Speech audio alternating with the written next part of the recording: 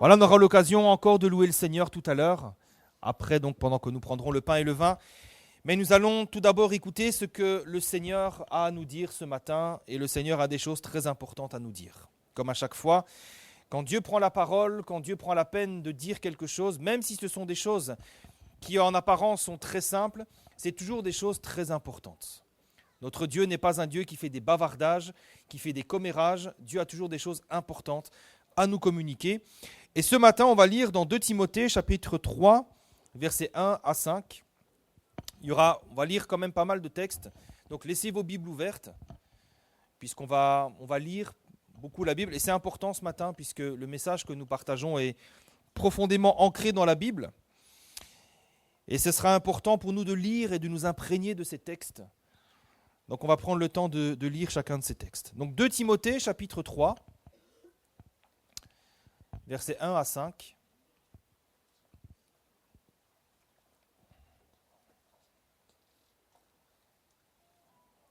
« 2 Timothée, chapitre 3, versets 1 à 5. 2 Timothée, c'est la dernière épître que Paul a écrite de son vivant. Il est mort quelques mois ou quelques années juste après. Et il dira ceci à Timothée, « Sache que dans les derniers jours, il y aura des temps difficiles, car les hommes seront égoïstes, amis de l'argent, fanfarons, hautains, blasphémateurs, rebelles à leurs parents, ingrats, irréligieux, insensibles, déloyaux, calomniateurs, intempérants, cruels, ennemis des gens de bien, traîtres, emportés, enflés d'orgueil, aimant le plaisir plus que Dieu. » Et le verset qui nous intéresse, il est là. « Ayant l'apparence de la piété, mais reniant ce qui en fait la force, éloigne-toi de ces hommes-là. Amen. » Alors ce matin, nous allons parler principalement de la piété. On terminera en disant un mot justement sur ces hommes qui ont l'apparence de la piété, mais qui renient ce qui en fait la force. Mais premièrement, nous allons parler de la piété. Et la piété, je crois que c'est un sujet dont on parle trop peu. Personnellement, c'est un sujet que je n'ai jamais prêché, et c'est un sujet que je n'ai jamais entendu prêcher là-dessus. Et malheureusement, pour beaucoup, la piété, c'est un concept qui est flou. On pourrait s'amuser à faire un petit sondage et dire c'est quoi la piété, hein ? On n'a pas le temps ce matin. Mais généralement, c'est vrai qu'on ne sait pas trop bien ce que c'est la piété. Et généralement, on a tendance à limiter la piété aux pratiques extérieures de la foi. Généralement, c'est ça. Quand on parle de la piété, on pense que c'est la prière, la lecture de la Bible et un comportement globalement chrétien, entre guillemets. On pense que c'est ça la piété, c'est avoir un comportement chrétien. Alors ce matin, on va plonger nos regards dans ce que la Bible appelle la piété et nous verrons combien c'est quelque chose d'important et quelque chose de profond. Alors premièrement, c'est quoi la piété ? C'est quoi ? Littéralement, le mot piété signifie révérer Dieu ou honorer Dieu correctement. C'est ça la piété. La piété, c'est honorer Dieu d'une manière à ce que Dieu se sente réellement honoré. Et ça commence par une chose, ça commence par aimer Dieu. Et oui, le premier et le plus grand des commandements, c'est lequel ? Tu aimeras l'Éternel ton Dieu de tout ton cœur, de toute ton âme, de toute ta force. La piété commence donc par aimer Dieu de tout notre cœur. Et ensuite, la piété, c'est l'obéissance à sa parole. Et en effet, on a déjà prêché là-dessus, aimer Dieu, c'est pas juste chanter des cantiques, mettre Radio Vie toute la journée et parler de Jésus tout autour de nous. C'est pas que ça, aimer Dieu. Aimer Dieu, ce n'est pas des sentiments, ce n'est pas des choses qu'on ressent au fond de nous. Aimer Dieu, ce n'est pas un feu qui bouillonne en nous, ce n'est pas que ça. Aimer Dieu, ça veut dire mettre en pratique ses commandements. C'est ça le véritable amour de Dieu. 1 Jean chapitre 5 verset 3 nous dit que l'amour de Dieu consiste à garder ses commandements. Eh oui. Malheureusement, il y en a beaucoup qui disent aimer Dieu, mais est-ce qu'ils gardent les commandements ? Moi, c'est comique, j'ai déjà fait des visites, alors pas ici, mais j'ai déjà fait des visites où il y avait des gens qui disaient « Ah, mais moi j'aime Dieu, oh là là, qu'est-ce que j'aime Dieu, je prie tout le temps, je fais plein de choses, et puis quand vous creusez un petit peu, vous vous rendez compte que cette personne, elle vit dans l'adultère. Et vous dites « Mais tu sais que Dieu n'est pas d'accord avec ça ?» Ah, mais si, hein, Dieu, nanana, et puis on trouve toutes sortes d'entourloupes. Mais ce n'est pas ça réellement aimer Dieu. Aimer Dieu consiste à garder ses commandements. Jésus lui-même a dit dans Jean chapitre 14, verset 15, « Si vous m'aimez, gardez mes commandements. » Et dans 1 Samuel chapitre 15, verset 22, Samuel va dire, « L'Éternel trouve-t-il du plaisir dans les holocaustes et les sacrifices, comme dans l'obéissance à la voix de l'Éternel ? Voici, l'obéissance vaut mieux que les sacrifices, et l'observation de sa parole vaut mieux que la graisse des béliers. » Dieu est donc honoré quand nous l'aimons de tout notre cœur, donc pas avec un cœur partagé, mais avec un cœur entier, tout entier à lui. Et lorsque cet amour se manifeste par une obéissance quotidienne à sa parole, nous prenons à cœur de mettre sa parole en pratique. Et finalement, c'est ça la piété. C'est ça la véritable piété. C'est une relation authentique avec Dieu, parce que nous aimons Dieu, qui engendre une vie d'obéissance à sa parole. Et donc, je pense qu'on se rend compte combien la piété est quelque chose d'important. Vous savez, il n'y a rien qui peut remplacer le fruit d'une relation réelle et vivante avec Dieu. Il n'y a rien qui peut remplacer ça. En d'autres mots, rien ne peut remplacer une vie de piété. Alors ce matin, on va voir plusieurs choses. La première, nous verrons quelle est la source de la piété. D'où elle vient la piété. Deuxième chose, nous verrons les effets de la piété. Qu'est-ce que ça va produire concrètement dans notre vie? La troisième chose que nous verrons, c'est comment vivre une vie de piété. Et la quatrième, c'est cet avertissement sur ceux qui ont l'apparence de la piété, mais qui renient ceux qui ont fait la force. Alors premièrement, c'est quoi la source de la piété? Où est-ce qu'elle trouve son origine? On va lire dans 1 Timothée chapitre 3 verset 16. Donc c'est l'épître juste avant celle que nous avons lue en introduction. 1 Timothée 3, 16.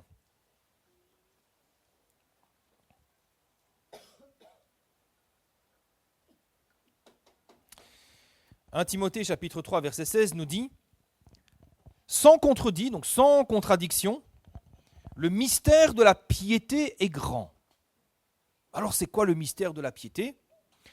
Écoutez bien, Dieu a été manifesté en chair, justifié par l'Esprit, vu des anges, prêché aux nations, cru dans le monde, élevé dans la gloire. Amen. La piété, c'est ça. La source de la piété, ce n'est rien d'autre que la personne de Jésus-Christ. C'est lui la source de notre piété. Et en effet, c'est lui Dieu manifesté en chair. C'est lui qui a été justifié par l'Esprit. C'est également lui, Jésus, qui est vu des anges, qui est prêché aux nations, qui est cru dans le monde et qui est élevé dans la gloire. Alors, frères et sœurs, ce matin, la source de notre piété n'est rien d'autre que la personne de Jésus-Christ. Et là, cette véritable piété, elle commence donc par une relation avec Dieu. C'est de là que nous allons vivre une véritable vie de piété. C'est d'être en relation avec la source de la piété qui est Jésus. Tout vient de là. Parce que sans relation avec Dieu, il n'y a pas de piété, il n'y a pas de vie transformée, il n'y a pas d'obéissance, il n'y a pas de fruits. Quand je parle de fruits authentiques, je ne parle pas de choses qu'on peut inventer, je ne parle pas d'hypocrisie, de masque, d'apparence. Je parle de ce qui est réel. Sans relation avec Dieu, sans relation avec la source de notre piété, il n'y a pas de vie transformée, pas d'obéissance, pas de fruits. C'est d'ailleurs ce que Jésus a déclaré dans Jean chapitre 15, versets 4 à 6. Je vais lire pour vous. Jésus a dit « Demeurez en moi et je demeurerai en vous.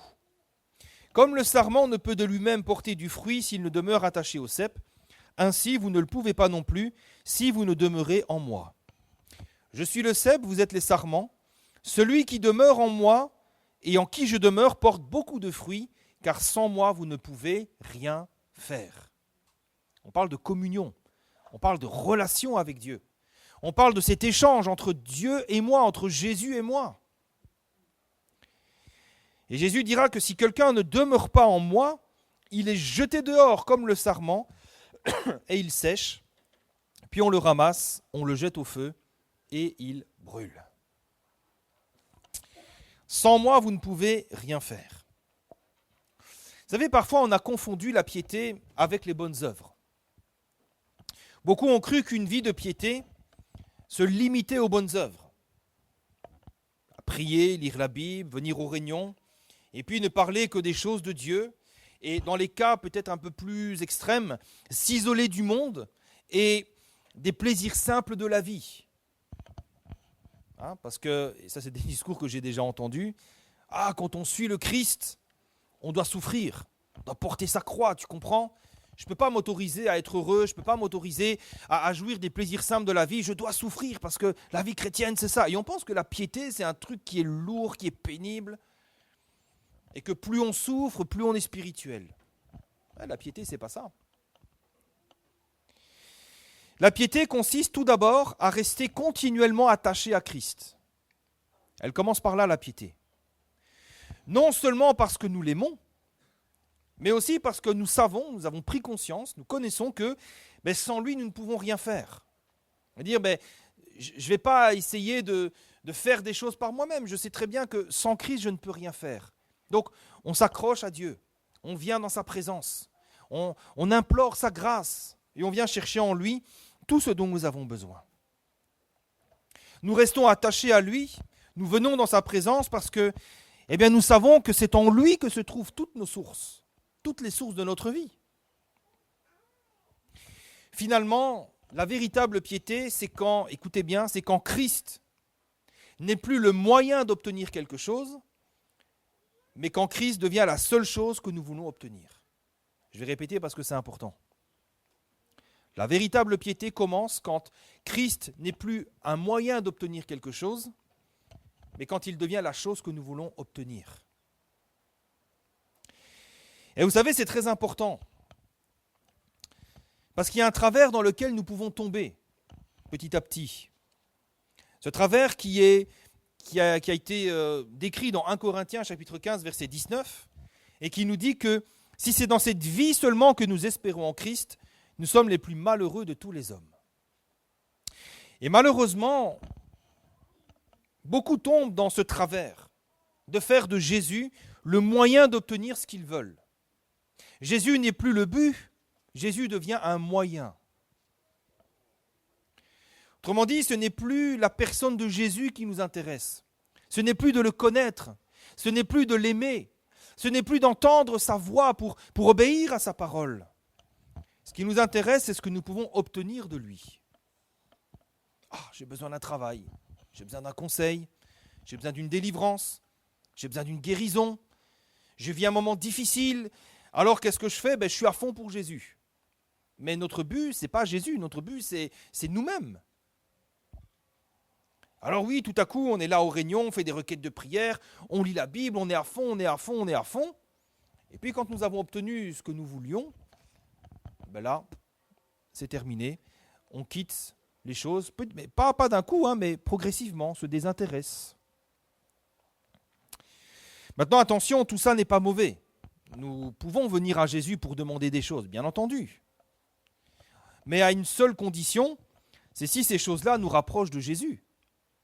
Nous devons lire la Bible, venir aux réunions, toutes ces choses-là sont bonnes. Mais à une condition, c'est qu'elles nous rapprochent de Jésus. C'est que nous le faisons pour apprendre à le connaître plus. Là oui, c'est excellent, parce qu'alors on est dans une vie de piété. Mais si nous faisons toutes ces choses dans le but de recevoir de Jésus, dans un but où on recherche un intérêt personnel, ce n'est pas de la piété, c'est juste une relation intéressée. Et vous savez, de temps à autre dans nos vies, surviennent des petites épreuves. Des petites épreuves qui permettent justement de tester, d'évaluer notre attachement à Christ. Et par conséquent, de savoir si nous menons une véritable vie de piété. Ces épreuves-là, elles n'ont rien d'extraordinaire. Ce sont celles qui atteignent tous les hommes et toutes les femmes de la terre. Sauf que, pour les enfants de Dieu, j'ai remarqué qu'elles sont souvent très révélatrices. Vous savez, Jésus va parler de ces choses dans une parabole, la parabole du semeur. Et il va parler de cette partie de la semence, donc la parole de Dieu, qui tombe dans des endroits pierreux. Alors les pierres, elles ne sont pas visibles. Les pierres dont il est question ici, ce sont des pierres qui sont, vous savez, quand vous retournez la terre, la surface, vous avez l'impression que c'est de la bonne terre, sauf que c'est en dessous, où il y a beaucoup de roches, beaucoup de terre, beaucoup de cailloux. Et donc une partie de la semence tombe dans les endroits pierreux, où elle n'a pas beaucoup de terre. Elle leva aussitôt, parce qu'elle ne trouva pas un sol profond, mais quand le soleil parut, elle fut brûlée et sécha, faute de racines. Et Jésus va donner l'explication de cette parabole. Écoutez bien, Matthieu 13, verset 20. Celui qui a reçu la semence dans les endroits pierreux, c'est celui qui entend la parole et la reçoit aussitôt avec joie. Vous dites, il y a de la joie, on aime ces choses, oh là là, on loue le Seigneur, on prie, on vient dans sa présence. Mais il y a un problème. Il n'y a pas de racine en lui-même. Il n'y a pas de racine. La parole de Dieu, les choses de Dieu ne prennent pas racine. Pourquoi ? Parce qu'on n'aime pas Dieu pour qui il est. On aime pour ce qu'il peut faire pour nous, mais il n'y a pas cette profondeur où on aime Jésus, on est attaché à lui. Alors il dira à Jésus, il croit pour un temps. Et dès que survient une tribulation ou une persécution à cause de la parole, il y trouve une occasion de chute. Est-ce que c'est notre cas ce matin ? Vous savez, la piété commence par une vie qui est attachée et enracinée en Christ. Une relation réelle avec lui et qui se voit parce qu'elle produit un fruit, une vie transformée. La véritable piété, quand nous avons une véritable relation avec le Christ, quand nous l'aimons pour qui il est, que nous sommes attachés à lui, à sa parole pour lui obéir, eh bien cette piété va avoir des effets très concrets dans notre vie, tant sur notre caractère que sur les œuvres que nous produisons. Premièrement, sur notre caractère, parce que, vous savez, quand vous avez une vraie relation avec Dieu, cette relation, elle vous transforme profondément. Il n'y a personne qui peut venir réellement dans la présence de Dieu et ressortir comme il était. Ce n'est pas possible. Soit tu te laisses transformer, soit tu ne viens plus. Mais à un moment donné, en fait, tu ne peux pas venir dans la présence de Dieu et ne pas être transformé. Vous savez, quand vous êtes au contact de l'amour de Dieu, quand vous réalisez à quel point Dieu est bon, à quel point Dieu est rempli de compassion et de miséricorde, quand vous goûtez ces choses, ça vous transforme profondément. Quand vous avez reçu l'amour, la miséricorde de Dieu, on devient moins dur, moins sévère avec les autres, on juge moins. Et on devient à notre tour capable de compassion et de miséricorde. Vous savez, quand nous prenons conscience de la gravité de ce que Christ nous a pardonné, c'est ce qui se passe quand nous venons dans sa présence. Quand nous comprenons la gravité de nos péchés, quand nous comprenons combien Christ nous a pardonné, on devient capable de pardonner en retour. Et ça, c'est une transformation que produit la présence de Dieu. Cette relation avec Dieu, elle va donc nous transformer profondément. Elle va transformer notre cœur, elle va transformer notre âme, elle va transformer nos ambitions, elle va transformer notre vie tout entière. Et elle va produire quelque chose, ce que la Bible appelle le fruit de l'esprit. Et je crois que c'est comme ça qu'on voit la véritable piété. La véritable piété se voit comme cela. On se met en colère moins facilement. On est moins agité. On est moins frustré. Pourquoi ? Parce qu'il y a de la maîtrise. Il y a plus d'amour. Avant, peut-être qu'on était critique, on était sévère, et puis là, il y a plus d'amour. On est plus en paix. On est moins agité. Il y a plus de joie aussi. Et toutes ces choses. La piété va donc agir sur notre caractère, elle va nous transformer. Et elle va avoir aussi des effets sur les œuvres que nous produisons.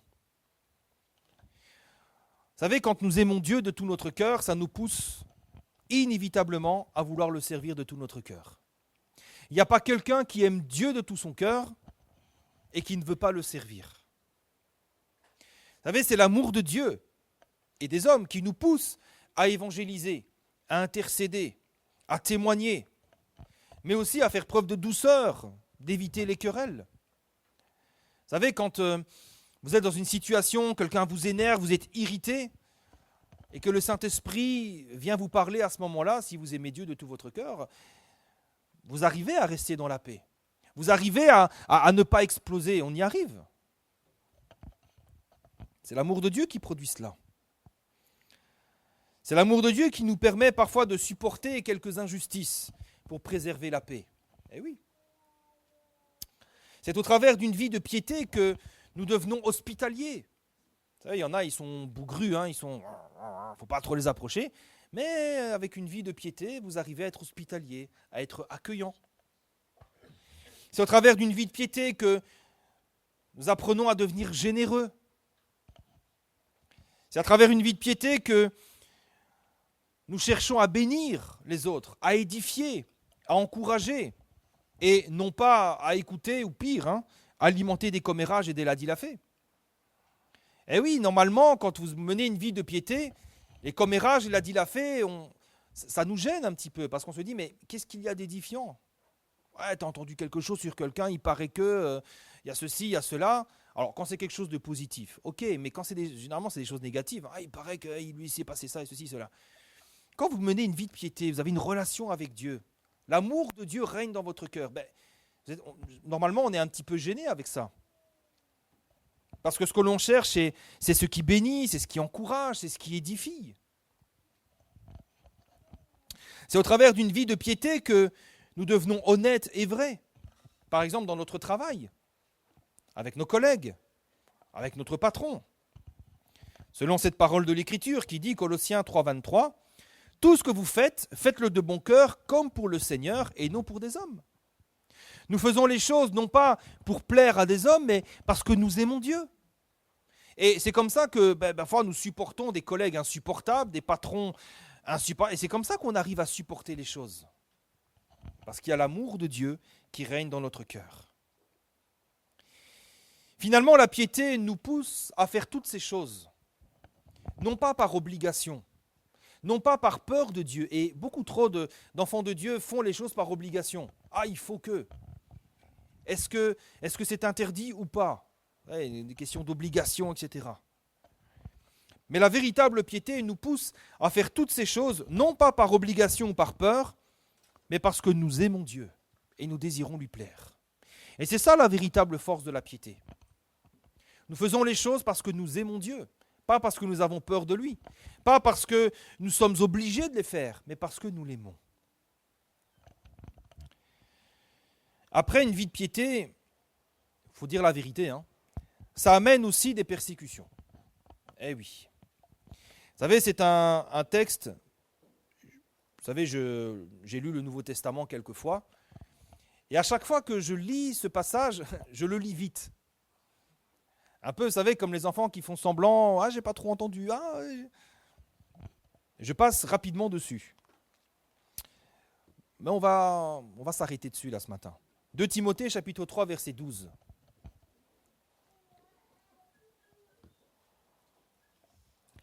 Alors évidemment, il y a un contexte dans lequel l'apôtre Paul dit ça. 2 Timothée, chapitre 3, verset 12.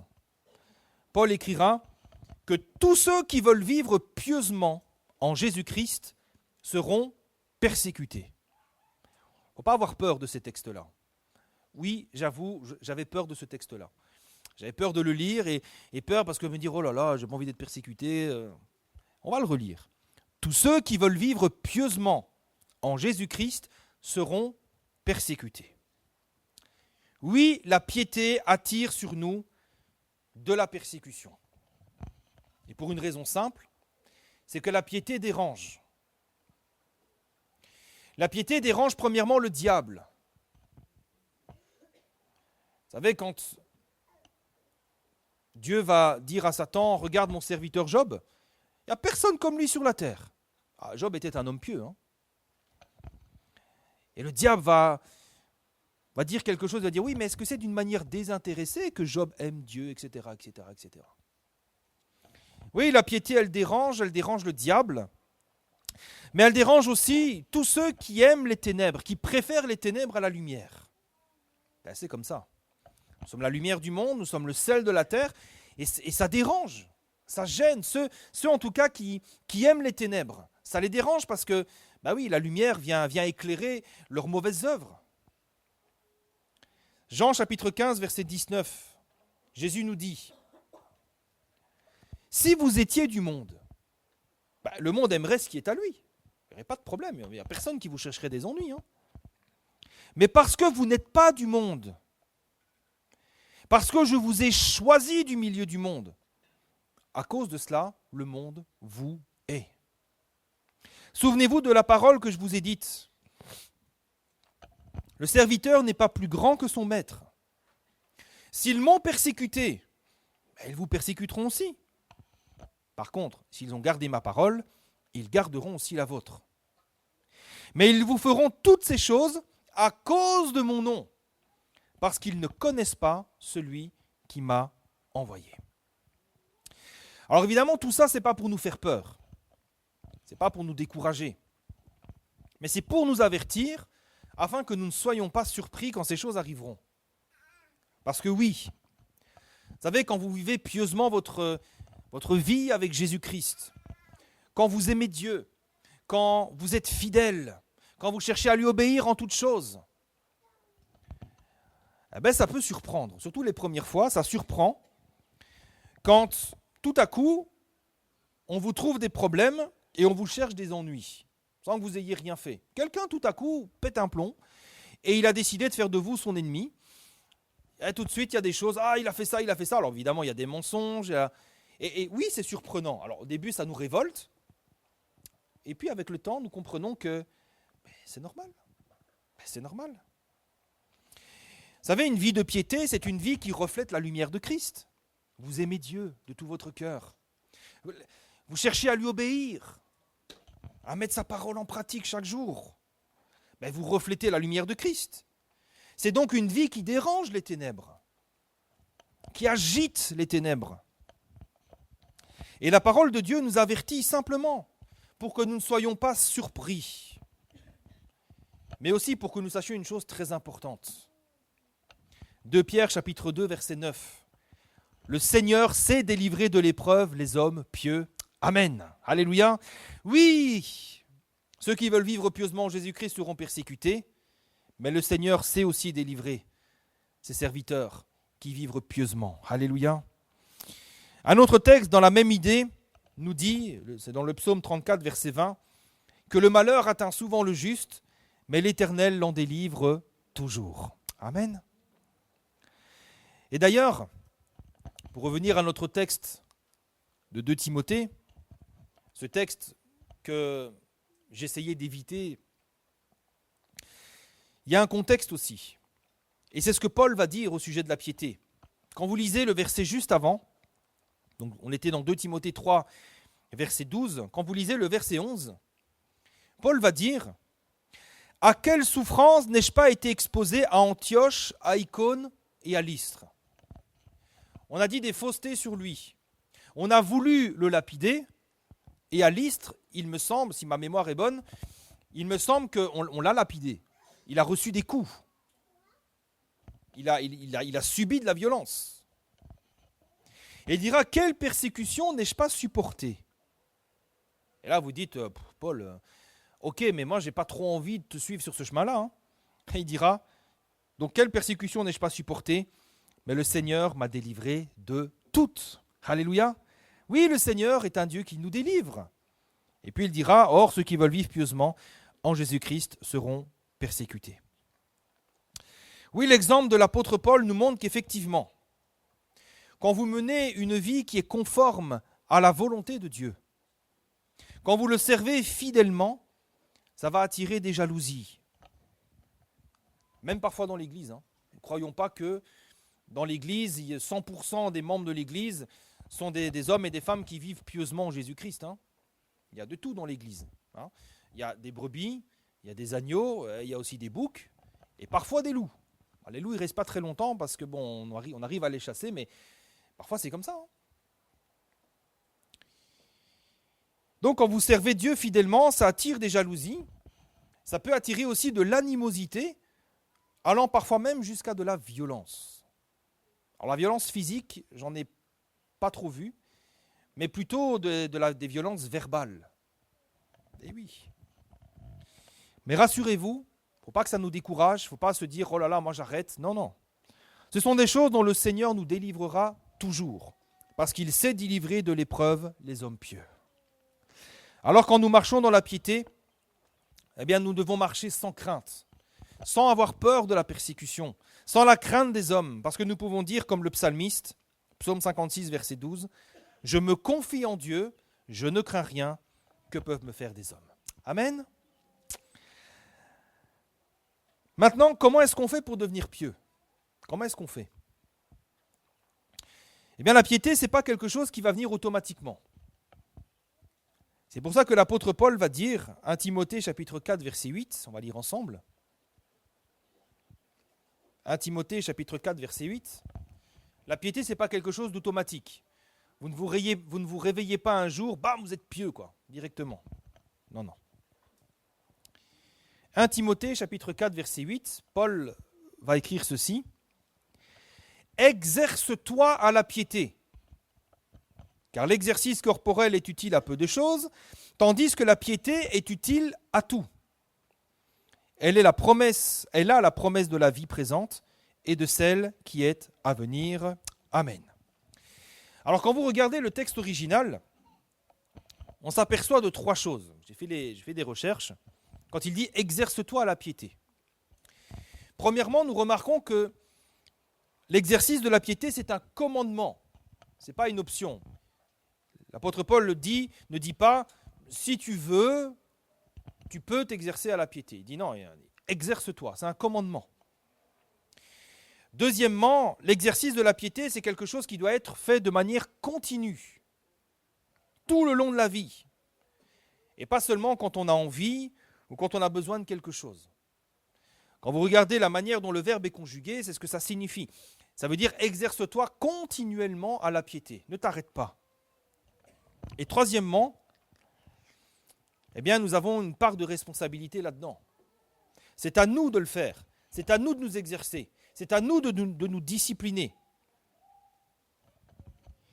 En d'autres mots, Paul ne dit pas « soyez pieux », comme si c'était un état dans lequel nous entrons et puis voilà. Non, Paul nous dit plutôt « entraînez-vous à devenir pieux et à le devenir de plus en plus ». Dans ce sens-là, on pourrait comparer la piété à la sanctification. Quelque chose, vous savez, dans lequel on doit progresser continuellement. Ici-bas, personne n'est saint à 100%. Mais nous allons de progrès en progrès. Et bien dans la piété, c'est comme ça. Personne n'est pas pieux à 100%. Alors comment faire? Je pense qu'avec tous les éléments que nous avons partagés, nous avons les clés. Premièrement, la piété, nous ne pourrons nous y exercer qu'à travers une réelle et vivante relation avec Jésus. Parce que c'est lui, en lui que se trouvent toutes nos sources. Nous l'avons lu, Jésus a dit « Sans moi, vous ne pouvez rien faire. Celui qui demeure en moi et en qui je demeure porte beaucoup de fruits. » Nous nous exerçons à la piété tout d'abord en allant continuellement dans la présence de Dieu. Et puis Pierre va dire quelque chose de très important à ce sujet. 2 Pierre chapitre 1 verset 3, et nous allons lire ensemble. 2 Pierre chapitre 1 verset 3.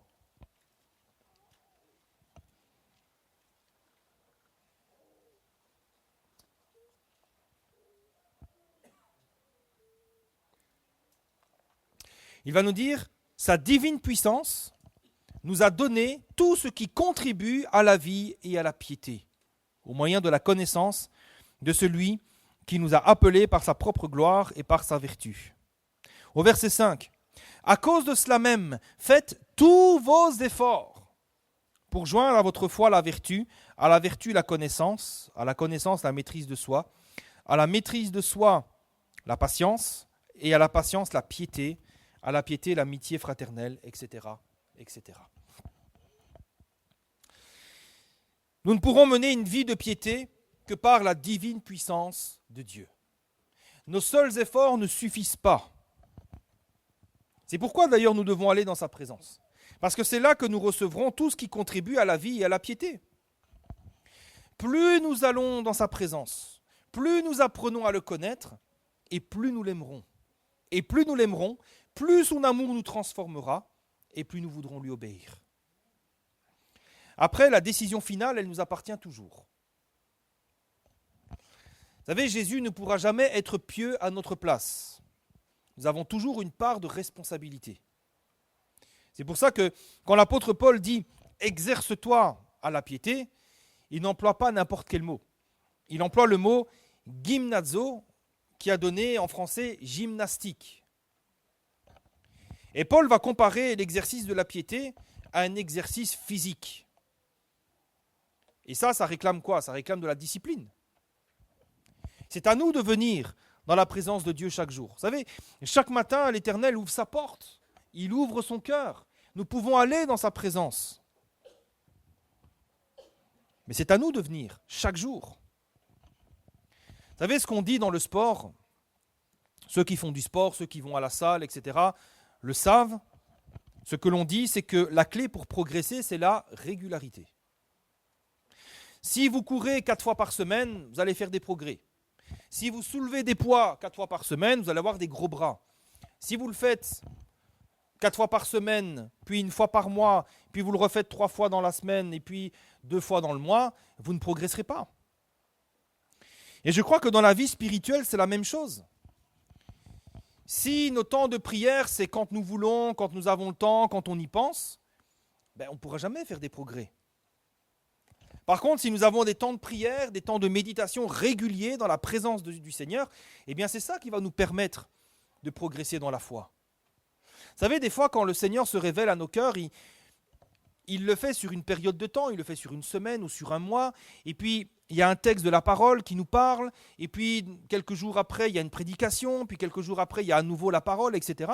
Et quand vous mettez tout ça ensemble, vous dites « Ah Seigneur, tu as parlé !» Mais si vous venez au Seigneur 1 fois par semaine, ce n'est pas suffisant. Ensuite, il faut de la persévérance, parce que ça ne sera pas toujours facile. Vous savez, venir dans la présence de Dieu, lui obéir, la vie de piété, ce n'est pas quelque chose de facile. Vous savez, parfois, il y aura de la fatigue. Parfois, il y aura du relâchement. Vous passez une mauvaise nuit, il faut se lever le matin, il faut aller au travail, vous êtes de mauvaise humeur, vous êtes frustré. Et des fois, vous dites, je verrai ça plus tard, je verrai ça en fin de journée. Et en fin de journée, vous ne le faites pas non plus. Parfois, on n'a tout simplement pas envie. Et puis d'autres fois, il peut aussi y avoir de l'opposition. Quand vous êtes pieux, il peut y avoir de l'opposition, il peut y avoir des moqueries, et on peut se sentir un peu découragé aussi. On va dire, mais à quoi ça sert finalement? Parce que à chaque fois que je ne rigole pas à certaines blagues, à chaque fois que je ne me mêle pas dans les ladis-la-fée, on me met de côté, etc. Et ça peut aussi nous décourager. Et c'est justement là que nous devons nous rappeler que ça vaut toujours la peine de persévérer. Parce que la piété est utile à tout. Alors peut-être que pour un temps, tu souffres, peut-être que pour un temps, c'est difficile. Mais la piété, non seulement elle est utile à tout, mais aussi le Seigneur saura te délivrer. Le Seigneur sait délivrer de l'épreuve les hommes pieux. Alors que chaque jour, nous puissions nous exercer à la piété, compter sur la puissance de Dieu, parce que c'est elle qui nous donne tout ce qui contribue à la vie et à la piété. Et enfin, avant de conclure, un dernier mot, parce qu'il faut en parler, sur ceux qui ont l'apparence de la piété, mais qui renient ce qui en fait la force. 2 Timothée, chapitre 3, verset 5, j'ai pris la version du Semeur parce que cette traduction est intéressante. En parlant de ces hommes-là, il est écrit, certes, ils resteront attachés aux pratiques extérieures de la religion, mais en réalité, ils ne voudront rien savoir de ce qui en fait la force. Et il dira, détourne-toi de ces gens-là. Ils resteront attachés aux pratiques extérieures de la religion, mais en réalité, ils ne voudront rien savoir de ce qui en fait la force. savez, il y a quelque chose, vous savez, je suis en train dans ma lecture quotidienne, je suis dans les épîtres, et il y a quelque chose qui m'a frappé quand même, quand j'ai relu les épîtres ces derniers temps, c'est qu'on parle souvent des faux prophètes et des faux docteurs. Alors j'ai regardé, j'ai compté, et sur les 21 lettres du Nouveau Testament, 18 d'entre elles nous mettent en garde contre les faux docteurs, les faux prophètes et l'apostasie. Sur les 21 lettres, 18 nous mettent en garde. Les 3 seuls qui ne mettent pas en garde, alors j'ai retenu Philémon. Philémon, c'est la plus petite lettre. Hein, il parle voilà, c'est Paul qui dit à Philémon de prendre soin de son serviteur, etc. Mais autrement, la quasi-totalité des épîtres du Nouveau Testament nous met en garde explicitement contre les fausses doctrines et les faux enseignants. C'est un sujet qui est central. Et pourtant, vous savez, les épîtres, les lettres du Nouveau Testament, elles ont été écrites moins de 70 ans après que Jésus soit monté au ciel. On estime que Jésus est monté au ciel vers l'an 30 et la dernière lettre a dû être écrite en l'an 100 maximum. Et je trouve ça stupéfiant. Après que Jésus soit parti, il n'aura fallu que quelques dizaines d'années pour que s'élèvent des faux apôtres, des faux prophètes qui prêchent de faux évangiles. Et ces choses ont pris tellement d'ampleur que, en écrivant les lettres, les auteurs ont mis en garde les destinataires en disant « faites attention ». Et vous savez, c'est partout, hein, que ce soit aux Éphésiens, que ce soit aux Galates, que ce soit aux Romains, que ce soit aux Corinthiens. Partout où il y avait des églises, il y avait des faux prophètes, des faux docteurs et l'apostasie. Et depuis, ça ne s'est jamais arrêté. Vous savez, aujourd'hui, parfois on est étonné, on se dit « oh là là, il y a plein de trucs qui se font à gauche, à droite ». Ouais, mais c'est ce qui a toujours été. Et c'est ce que nous constatons encore aujourd'hui. Nous sommes environnés, et d'autant plus avec les réseaux sociaux, on est environné de faux prophètes, de faux docteurs, qui ont l'apparence de la piété, ça prie fort, ça parle fort, etc., ça fait des déclarations, tout est merveilleux, extraordinaire, stupéfiant, tout est, voilà, il y a plein de qualificatifs. Ils ont les apparences extérieures d'une vie de prière, d'une vie d'obéissance, d'une vie de communion avec Dieu, mais ils n'ont rien de ce qui en fait la force. Ce n'est pas parce que vous parlez fort que la puissance de Dieu est avec vous. Ce n'est pas parce que vous vous vantez de plein de choses que Dieu aurait soi-disant fait à travers vous que Dieu est avec vous. Ce n'est pas parce que vous parvenez à réunir 15 000 personnes dans un stade que Dieu est avec vous. Les Beatles ont fait plus que ça. Michael Jackson, il a fait plus que ça. Johnny Hallyday, il a rempli le Stade de France avec des gens. Donc ne dites pas, oui, mais lui, il a attiré 5-6 000 personnes, c'est que la puissance de Dieu est avec lui. Ben non. Vous savez, vous faites du spectacle, vous donnez aux gens ce qu'ils veulent entendre et ils viennent. Hein. Et la puissance de Dieu, parfois, elle n'est pas là. La recommandation de l'apôtre Paul, elle est très claire vis-à-vis de ces gens. Il va dire, détourne-toi d'eux, détourne-toi. C'est la même recommandation que nous avons reçue de la part du Seigneur Jésus lui-même. Matthieu chapitre 7, verset 15, il nous dira « Gardez-vous des faux prophètes. Ils viennent à vous en vêtements de brebis. » Ça veut dire qu'ils ont l'apparence. Ils se revêtent d'une belle apparence. Une apparence qui vous fait baisser la garde. Ah, mais ça ressemble à ce que j'ai déjà entendu. Ça ressemble à ce que j'ai déjà vu. Mais Jésus nous avertit, au-dedans, ce sont des loups ravisseurs. Jésus dira, vous les reconnaîtrez comment ? Eh bien, vous les reconnaîtrez à leurs fruits. Cueille-t-on des raisins sur des épines ou des figues sur des chardons ? Tout arbre porte de bons fruits, mais le mauvais arbre porte de mauvais fruits. Un bon arbre ne peut porter de mauvais fruits, ou un mauvais arbre porter de bons fruits. Tout arbre qui ne porte pas de bons fruits est coupé et jeté au feu. C'est donc à leurs fruits que vous les reconnaîtrez. Alors, vous savez, parfois on baisse la garde, on écoute, mais alors on se dit, ouais, mais c'est pas mal, c'est bien, ça ressemble et tout, et puis il y a un petit goût amer, il y a un petit truc qui dit, Ça ressemble, mais c'est quand même pas pareil. Jésus dit, vous les reconnaîtrez à leurs fruits. Ça a l'apparence, ça ressemble, le goût est presque pareil, mais tu sens qu'il y a un truc qui ne va pas. Il y a une amertume, il y a une aigreur dans... dans ce cas-là, le Seigneur nous dit, détourne-toi de cela. Je ne parle pas de quand la parole de Dieu met en lumière des choses qui ne vont pas dans notre vie. S'il y a un message de Dieu qui dit repentez-vous de vos péchés, que vous dites ça j'aime pas, ça c'est pas de ça dont il s'agit.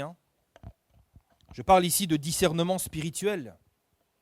Vous savez, nous qui sommes spirituels, nous ne jugeons pas sur les apparences. Vous savez, les apparences, elles sont trompeuses. Mais nous jugeons sur le fruit, sur le résultat d'une œuvre. 1 Corinthiens chapitre 2 verset 15 nous dit que l'homme spirituel juge de tout et il n'est lui-même jugé par personne. Nous jugeons ces choses avec le discernement que le Saint-Esprit nous donne. Si nous sommes dans une vie de piété, une vie dans laquelle nous aimons Dieu, nous voulons lui obéir à tout prix, quand nous sommes au contact de ces faux docteurs, il y a un goût amer, il y a quelque chose qui nous montre que le fruit n'est pas forcément bon. Et puis, parfois, le Seigneur révèle les choses. Il y a des choses qui sont restées cachées pendant des années, et puis tout à coup, bam, ça explose et on se rend compte de ce qui était caché. On s'est dit, oulala, c'est pas beau, et on est choqué parfois même, mais c'est comme ça. Soyons prudents, frères et sœurs. Soyons prudents et ne soyons pas prompts à accepter, à accueillir, à écouter tous ceux qui disent venir au nom du Seigneur. Tous ceux, vous savez, qui se vantent de leurs propres œuvres. Moi j'ai fait ceci, moi j'ai fait cela, et puis j'ai dit ça, et puis j'ai fait ça. Attention. Examinons plutôt toutes choses à la lumière de la parole de Dieu et demandons au Seigneur du discernement. Vous savez, la véritable piété, c'est avant tout un cœur qui aime Christ profondément et qui vit pour Christ, qui vit pour lui plaire. La véritable piété, c'est ensuite une vie qui est marquée par l'observation et l'obéissance à la parole. Parce que la véritable piété considère la parole de Dieu avec tout le respect et la crainte dont elle est digne, afin d'y conformer sa vie, ses pensées et ses actes. Et quand vous regardez les faux prophètes, les faux docteurs, quand vous regardez, vous écoutez parfois leurs prédications, vous vous rendez compte que la parole de Dieu n'a pas beaucoup de place. On interprète la parole de Dieu parfois avec beaucoup de légèreté. Il n'y a pas beaucoup de rigueur, d'exigence. Ce n'est pas la parole qui est en premier, ce sont des idées, ce sont des concepts. Soyons sur nos gardes. Je ne dis pas qu'il faut se méfier de tout et de tout le monde, mais soyons sur nos gardes, soyons prudents. Nous vivons dans un siècle dans lequel il y a beaucoup de faux prophètes et de faux docteurs, que le Seigneur nous donne du discernement. Ils ont l'apparence de la piété, mais ils renient ceux qui en font la force. Détournons-nous de ces gens-là. Alors maintenant, je conclus avec une question que nous pose cette prédication. Où est-ce que nous en sommes dans notre piété ? Où est-ce que nous en sommes ? Peut-être c'était quelque chose que tu pratiquais sans savoir que ça s'appelait la piété, que c'était ça la piété. Peut-être. Peut-être que tu te rends compte aussi, à travers ce que nous venons de partager, qu'il y a peut-être des choses à rectifier. Où est-ce que nous en sommes dans notre vie de piété ? Je crois qu'il n'y a pas une question plus importante que cela ce matin. Nous avons vu que, premièrement, la source de la piété, c'est Jésus. C'est lui, c'est le Christ. Et sa divine puissance qui nous donne tout ce qui contribue à la piété. Nous avons vu les effets de cette piété. Il y a une profonde transformation. Quand nous venons dans sa présence, il va y avoir une profonde transformation qui va produire un fruit, le fruit de l'esprit, mais qui engendrera aussi de temps en temps des persécutions. Des persécutions néanmoins dont l'Éternel nous délivrera toujours. On avait vu ensuite que la piété, ce n'est pas quelque chose d'automatique. C'est quelque chose pour lequel nous devons nous exercer chaque jour, qui va demander un engagement. Venir dans la présence de Dieu, obéir, mettre sa parole en pratique. Alors ce matin, où est-ce que nous en sommes dans notre vie de piété ?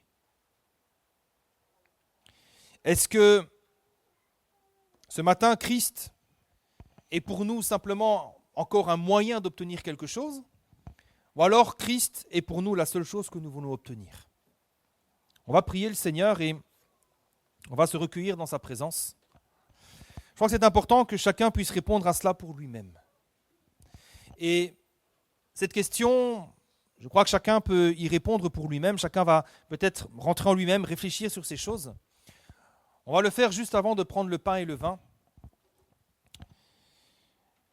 Parce que la véritable piété a pour objectif, pour but, pour moyen de mettre Christ au centre de tout. Et le repas du Seigneur nous montre que ce qui est au centre de l'Église, ce qui est au centre de notre culte, et ce qui doit être au centre de notre vie, eh bien c'est Christ. C'est la croix, c'est sa mort, c'est le tout accompli de Dieu, mais c'est aussi sa résurrection, ses commandements, sa parole. Vous savez, il y a deux éléments, il y a le pain et le vin. Le vin représente le sang du pardon. On est d'accord avec ça. Il n'y a pas de problème avec ça. Le vin représente le sang de la nouvelle alliance. On est d'accord avec ça. Oui, les péchés sont pardonnés, gloire à Dieu. Mais il y a aussi le pain. Le pain, c'est quoi? Le pain, c'est l'enseignement. Le pain, c'est tout ce que Jésus a enseigné. Ce pain, ce sont tous les commandements de Jésus. Et si nous les mangeons, c'est parce que, si nous mangeons ce pain, c'est parce que nous approprions ces choses. Nous acceptons, nous sommes d'accord en disant « Seigneur, oui ». Faire ta volonté, c'est notre nourriture. Observer tes commandements, les mettre en pratique, c'est notre nourriture. Et quand nous prenons le pain et le vin, c'est ce que nous déclarons. C'est ce que nous devons réaliser tout du moins. Alors ce matin, avant de prendre ces éléments, je crois qu'il serait bon que nous puissions prendre un temps de recueillement et que chacun puisse examiner lui-même. Le pain et le vin. Est-ce que dans cette vie de piété, Christ est réellement au centre? Est-ce qu'au centre, il y a réellement le pardon, la réconciliation, la nouvelle alliance? Mais est-ce qu'il y a aussi son enseignement, sa parole, que tu cherches à mettre en pratique chaque jour? Parce que la véritable piété, c'est ça. La véritable piété, c'est un cœur qui est attaché à Dieu et qui marche dans l'obéissance chaque jour au travers d'une vie transformée par l'amour et par la grâce de Dieu. Alors